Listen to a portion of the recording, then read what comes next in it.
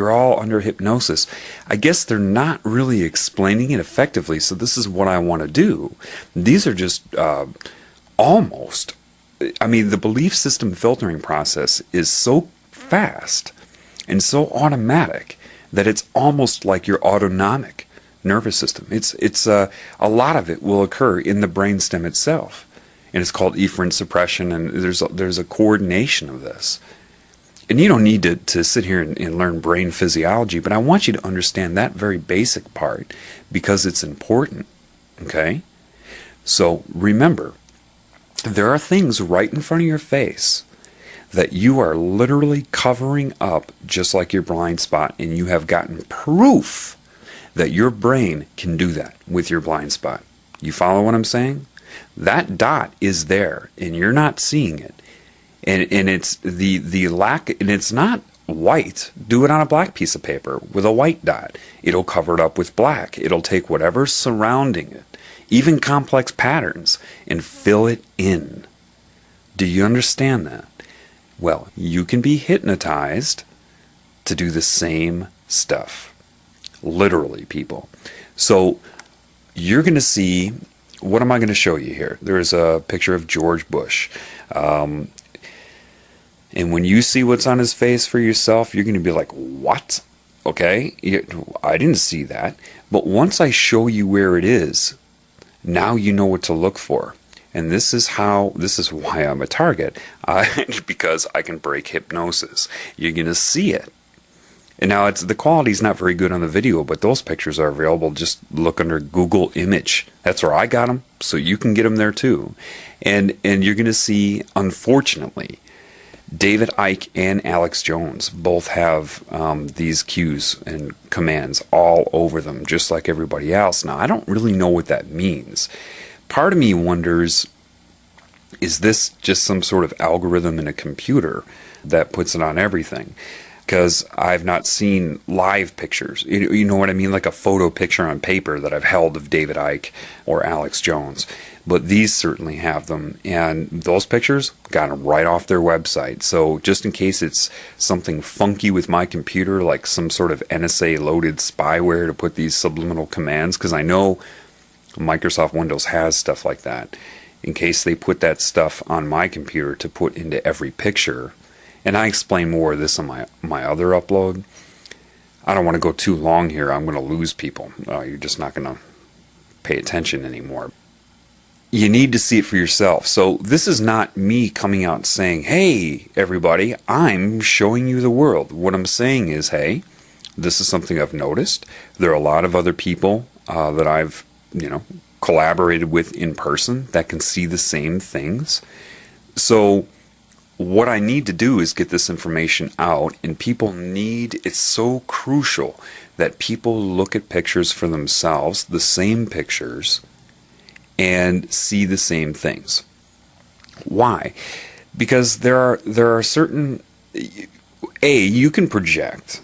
All right, like I told you before, the brain is not just going to take in chaos. So you can project your own thoughts. Now, the more attuned you get to this, the more used to looking at this you get, the less you're going to do that. The more you break out of the trance. But you can start to project your own interpretation, your own structure resolution, your own pattern resolution onto the picture. Because seriously, what you'll find the more you start looking at this is you can look everywhere, and if you want to, you can see the word sex, for example. You can freaking look at the grass and see the word sex. So your brain can pull that out. So you have to start to make sure that it's really there, and once you start to know what to look for, then you know how to filter out what's there and what is not there. A lot of people have seen it in person here, but now going online, I think it's going to be a very, very crucial thing that people start to collaborate. And here's what people need to do.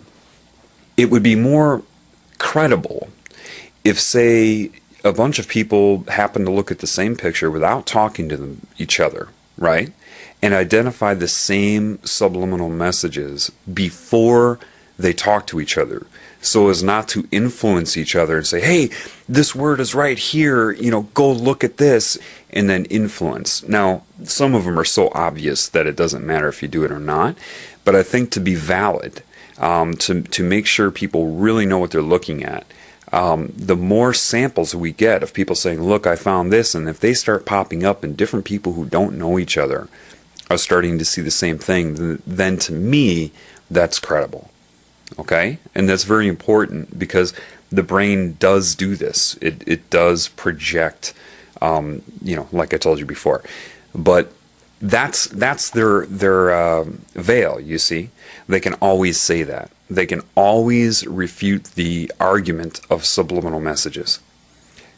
Except for the ones that I highlighted. They're kind of obvious in a lot of cases. Especially if people start waking up, they can't do that anymore. But for the little ones, they can always say, oh, that's just an accident or whatever. But for example, Harry Potter. Now, I just put one still frame of Harry Potter and the Prisoner of Azkaban. It's at 49 minutes and 12 seconds. Now, just that one frame has sex everywhere, like 12 different times. Usually tells you to seek sex. Okay? Seek sex. Seek sex. That's what they're telling everybody to do. It's pretty fuzzy. I've already seen how it looks on YouTube, and it's fuzzy, and there's nothing I can do about that. But those pictures, you can find a lot of them. The Prisoner of Azkaban, I just took from a still the movie myself, but any of you that have that DVD or that movie, just pause it. But Harry Potter movies are loaded with it anyway. I mean, for these children's movies, they certainly are promoting sex a lot. And again, how does that work? If you haven't heard my other uploads, it's pretty simple. Your conscious mind will access your subconscious mind for the meaning that you're going to project onto that which you experience with your senses. It could be a picture, an event, a scene, a concept, legislation, whatever. And what you do is you access your subconscious for the meaning that you apply to everything. Because everything you look at is meaning. Okay? Really, you should start to learn the ability to look at this world and not project meaning onto anything if you want to see the truth. But that's a whole nother lesson, and I don't have time to get into that right now. But just know this. This is what you do. This is why beauty's in the eye of the beholder and whatnot. You will filter out things that other people see and add in things that other people can't see. So, again, another reason, just another check as to why many people should be looking into these subliminal messages and starting to, see if we see the same things. Very important. You got to be level-headed. I know this is crazy stuff, man. It really is. But you've got to try to keep a level head and keep some critical assessment skills going when you do this. Okay? Just understand their point of view and where they may put it. You'll start to be able to predict it. You'll start to be able to predict how they do it. Most people have no idea the extreme to which they are programming everybody's mind.